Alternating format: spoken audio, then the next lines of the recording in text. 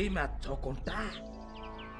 ताहाले एई दुष्ट बग आमको आज जाए मूर्ख भाबी थकुथला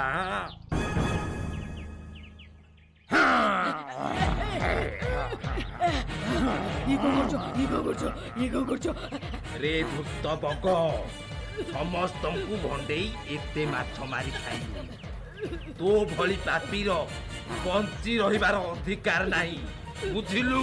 मते छाड़ी दियो दया करो आओ केबे तम मुकरी मु जीविनी मते क्षमा कर दियो तोते क्षमा कर देले माछ माने कोन पुणी बंची उठिबे तो पापर दंड तोते दबाकू पड़िबो